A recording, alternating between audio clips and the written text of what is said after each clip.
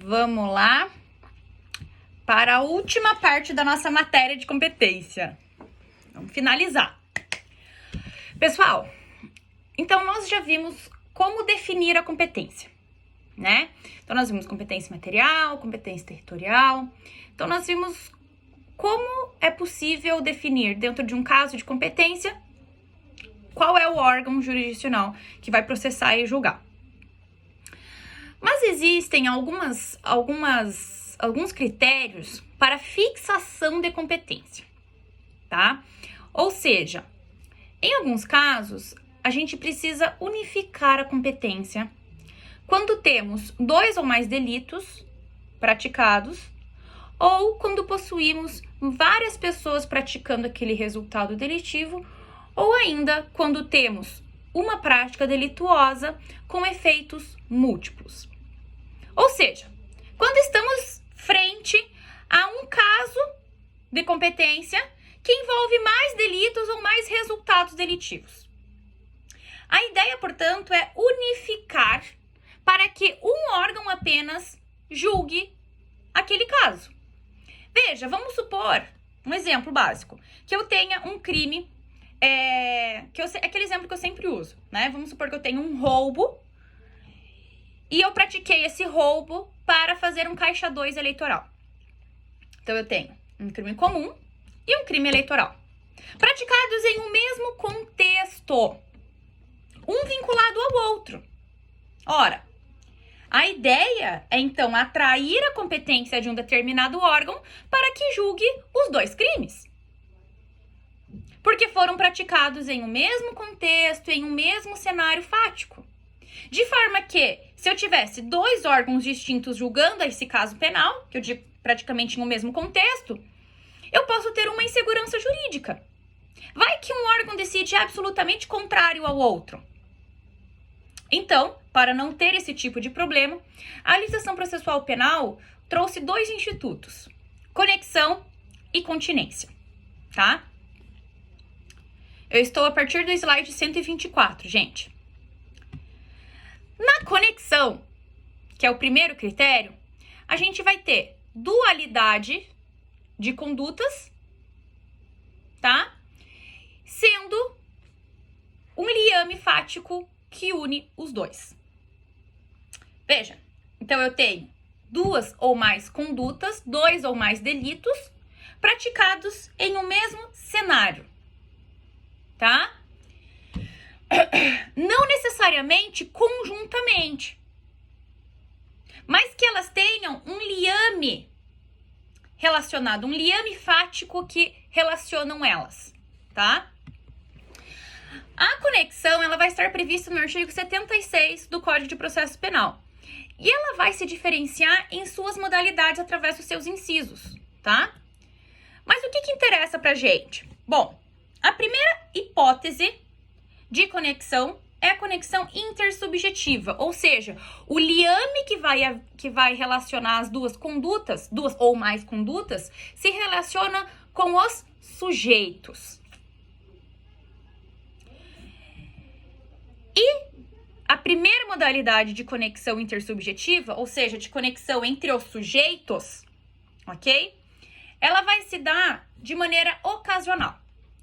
Então, veja, eu posso ter 2 ou mais crimes praticados por diversas pessoas e essa relação entre as pessoas, ela pode vir sem um prévio ajuste, com um prévio ajuste ou de maneira simultânea. Ou, desculpa, de maneira recíproca. Vamos por partes. Conexão intersubjetiva, previsto no inciso 1º do artigo 76. Primeira parte, conexão intersubjetiva por simultaneidade. O que isso significa? Que as pessoas estavam, sim, praticando 2 ou mais crimes, porém, essa prática não foi combinada anteriormente. Vamos supor que nós estamos participando de uma passeata em prol da vacina. Estamos lá em praça pública fazendo uma passeata para ter mais vacinas. Do nada, uma pessoa do nada, sem combinar com ninguém, a pessoa vai lá e joga uma pedra na prefeitura. Outra pessoa fala assim, puxa, que bacana, vou também fazer isso. Joga outra pedra. Outra pessoa vem e fala, nossa, que bacana, né? Vou, em vez de jogar uma pedra, vou jogar na cabeça de um funcionário que acabou de sair. Tem 2 ou mais crimes praticados por diversas pessoas, porém, esses crimes não foram combinados previamente. Ou seja, foram crimes praticados ao acaso. É diferente quando a gente tem um concurso de agentes. Quando temos concurso de agentes, o que é necessário para o concurso de agentes, como diz o artigo 29 do Código Penal? Que exista uma conexão prévia. Que exista um ajuste de vontades prévio à prática delitiva. Preciso dessa ligação subjetiva de vontades anterior. No ocasional, as práticas delitivas são praticadas, sim, por diversas pessoas, porém, sem ajuste prévio. É um encontro fortuito. Agora, na intersubjetiva por concurso, aí eu tenho os requisitos de um concurso de agentes. Ou seja, as pessoas combinaram previamente a prática delitiva. Vamos supor que eu e a Joana fomos com o objetivo de furtar um caixa eletrônico. Resolvemos nós duas juntas, combinando previamente, roubar também um carro. Para que esse carro nos auxilie ali, eventualmente, para fugir mais rápido ali do banco. Então, Joana ficou no carro, cada uma com o seu papel bem definido na empreitada. Então, a ideia era que a Joana ficasse dentro do carro e que eu estourasse uma bombinha lá no caixa eletrônico. Então, a Joana, ela ia servir para verificar se alguém estava passando, me avisar se ela visse alguém, e também para empreitar a fuga. Ou seja, ela estaria lá dentro do carro, rapidão, para que a gente saísse correndo. Veja, cada sujeito na prática delitiva tinha um papel bem definido e tudo isso foi ajustado antes. Então, a conexão entre esse delito de furto do caixa eletrônico e o delito do roubo, ela se deu de maneira intersubjetiva por concurso, porque combinamos previamente. Tem também uma outra hipótese de conexão intersubjetiva que se dá por reciprocidade. Tenho várias práticas delituosas praticadas por várias pessoas, porém uma contra as outras. Típico caso de briga de futebol. As pessoas estão brigando, praticando vários delitos, umas contra as outras. Então, o Coxa brigando com o Atlético, a torcida do Coxa brigando com a torcida do Atlético. As pessoas estão entre si brigando e praticando vários delitos. Tá? Então, essas são as modalidades de conexão que se dá pelo sujeito. Ou seja, o vínculo entre os delitos se dá pelos sujeitos, pelos agentes praticantes do delito. Já a conexão objetiva, como o próprio nome diz, a relação entre os delitos, ou seja, a conexão que se dá entre os delitos, não é em razão dos sujeitos, mas sim dos próprios crimes. E quando que isso ocorre? Ora, ela pode ocorrer para facilitar uma conduta da outra, um crime do outro, para ocultar uma conduta da outra, um delito do outro, para garantir a impunidade, ou quando for praticar para garantir vantagem em relação a qualquer uma. Veja, o exemplo que eu dei de eu assaltar a caixa eletrônico junto com a Joana, que também ficou dentro do carro, daquele carro roubado, nós temos, além de uma conexão intersubjetiva, uma conexão objetiva. Ora, esse delito de roubo do carro, ele foi um instrumento para facilitar o meu crime de furto. Ele serviu ali para garantir uma vantagem margem do crime de furto? Isso significa que eu posso ter uma conexão subjetiva e objetiva também. Então, na conexão objetiva, a prática delituosa de um crime serve para auxiliar a prática delituosa de outro. Tá?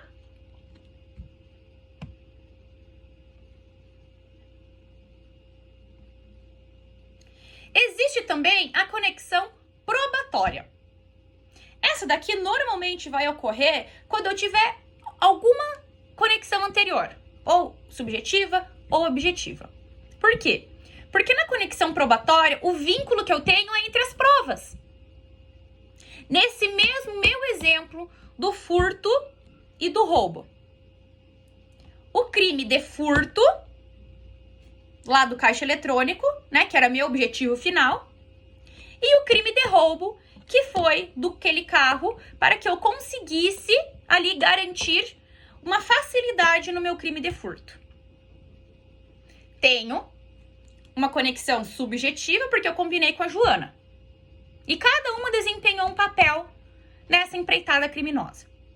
Tem uma conexão objetiva, porque o delito de roubo serviu de instrumento para facilitar o delito de furto. Mas também eu posso ter uma conexão probatória. Quando? Quando a prática desse delito de roubo, a prova da prática desse delito de roubo, servir para auxiliar a descoberta desse delito de furto, ou vice-versa. Então, vamos supor que tem uma câmera lá no banco aonde eu fui furtar aquele caixa eletrônico. Essa câmera, ela conseguiu evidenciar o momento em que eu entrei no banco, mas também verificou ali naquela câmera o carro que foi roubado. E lá tinha a placa do carro, tinha a Joana dentro do carro. A gravação dessa câmera vai servir tanto para a descoberta do delito de furto, quanto do delito de roubo. Então, a conexão probatória, ela serve para auxiliar na descoberta de um delito. Ou seja, a conexão se dá pela prova. Tá?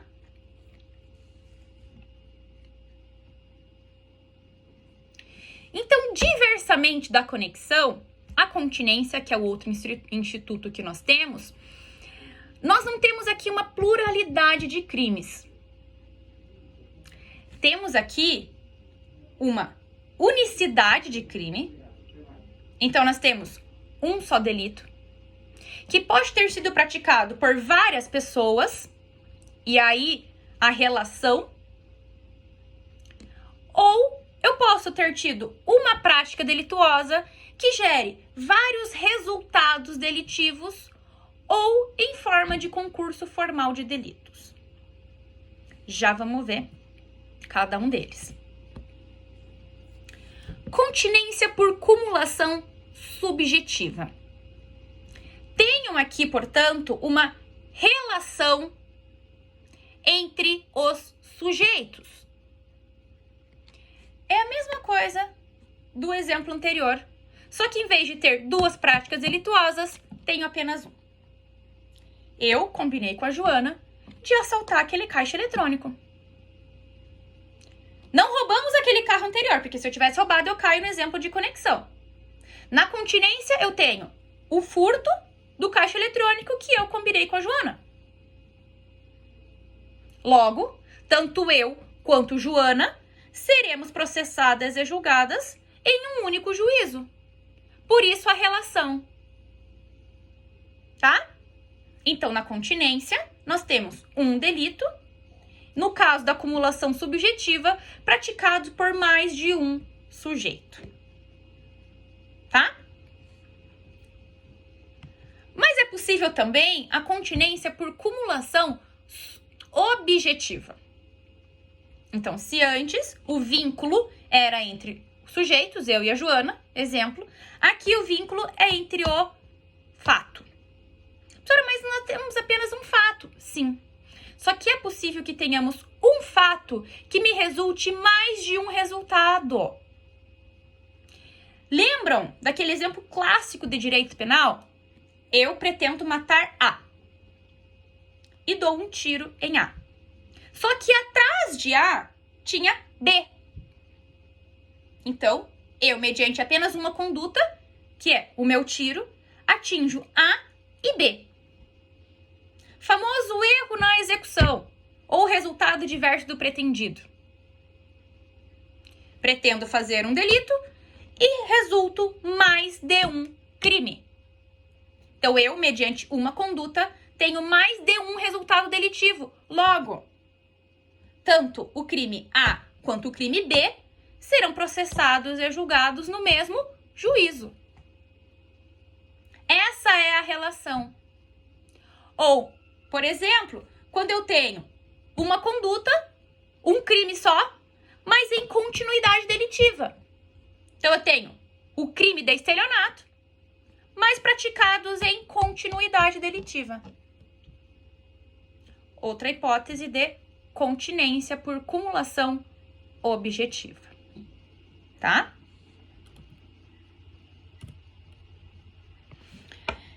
Isso daqui, vou ser bem honesta, serve muito mais para questão de prova de OAB, de prova de concurso público.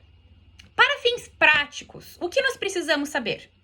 Na existência de uma conexão e continência, um único juízo que irá processar e julgar, por uma questão de segurança jurídica. E aí nós temos alguns critérios para essa unicidade de juízo. Importantíssimo, artigo 78. O artigo 78 vai trazer alguns critérios aqui que é literalidade de lei, tá? Em suma, o que nós precisamos saber? Quanto mais específica for a regra de competência, mais vai atrair aquele juízo. Exemplo. Justiça eleitoral e justiça comum estadual. Qual é mais específica? Justiça eleitoral. Logo, a justiça eleitoral vai atrair o crime comum. Justiça federal e justiça estadual. Qual é mais específica? Justiça federal, porque ela tem o rol taxativo do artigo 109 da Constituição. Então, a justiça federal vai atrair a justiça estadual. Tribunal do júri e justiça comum. Roubo e homicídio doloso. Qual que vai atrair? Tribunal do júri. Tá? Essas são as regras gerais. Existem alguns casos em que não é possível essa atração, mas a gente já vai ver. Então, no artigo 78, ele vai dizer o seguinte: no concurso entre competência do júri e órgão da jurisdição comum, prevalece tribunal do júri. Nessa mesma lógica que eu trouxe aqui para vocês. Agora, quando eu tenho uma mesma categoria, vamos supor, Justiça Federal e Justiça Federal, mesma categoria, não tem uma especificidade. Os dois se referem ao mesmo órgão. Qual vai prevalecer? Por exemplo, eu tenho Justiça Federal de Curitiba e Justiça Federal de Campinas. Qual vai prevalecer? Veja. A. Prepondera a do local da infração a qual for combinada a pena mais grave. Então, se eu cometi um crime ambiental em Curitiba, mas cometi um crime ambiental em Campinas, cujo delito tem uma pena maior, vou para Campinas. Então, esse crime aqui ambiental de Curitiba, né, que supostamente ocorreu em Curitiba, mas que tem uma conexão ou uma continência com esse crime ali de Campinas, vai atrair para onde eu tenha a pena mais grave.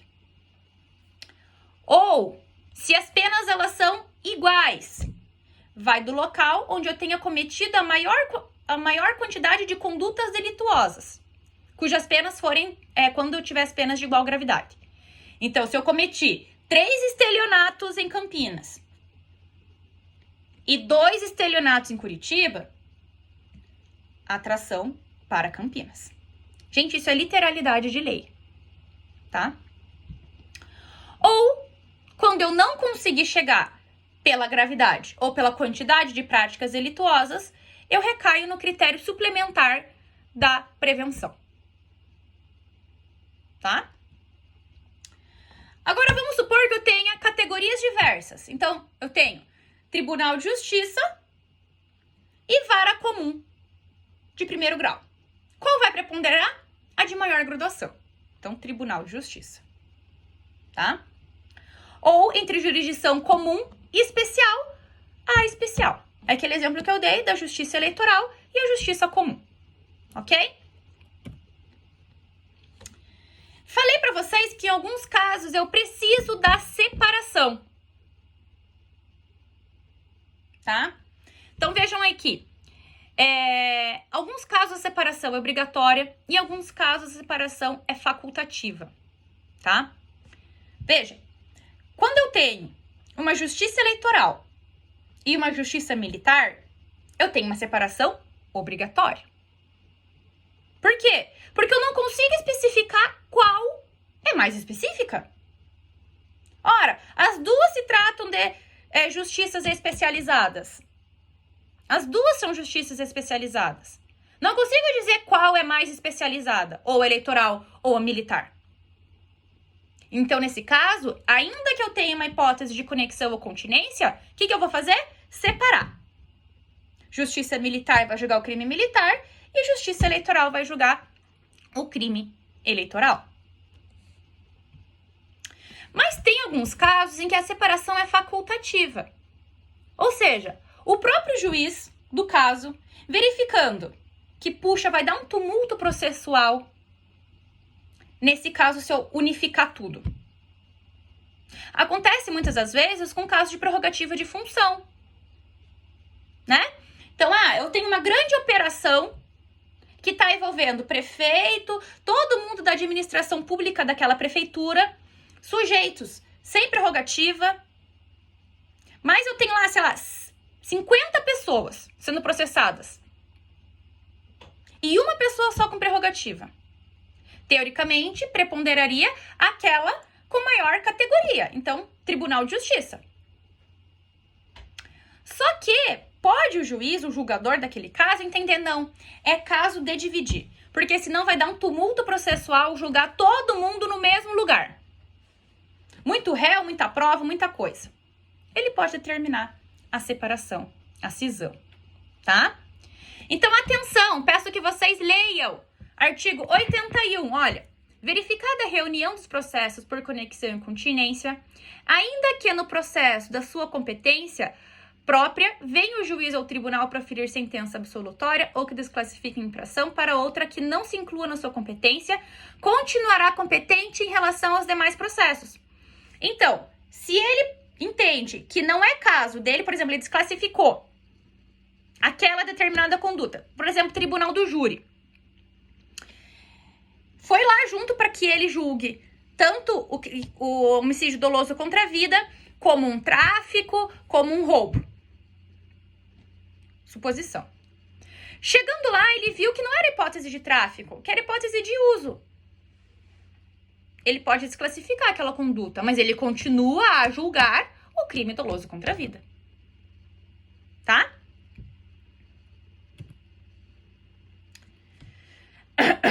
Então, o artigo 79 são as hipóteses de separação obrigatória, cisão obrigatória.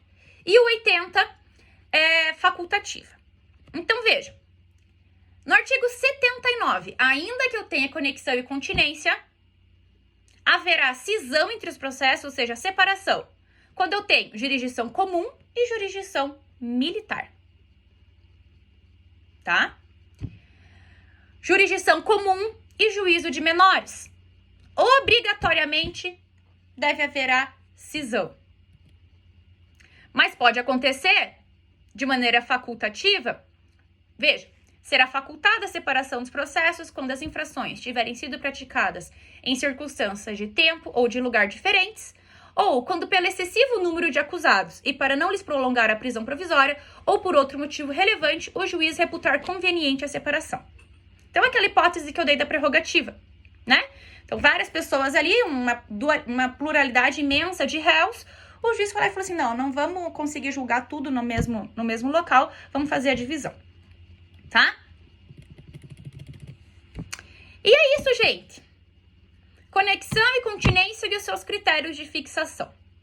Beleza? Boa prova para vocês, tenho certeza que vocês vão se sair super bem. E tô à disposição até a data da prova, tá? Um beijo!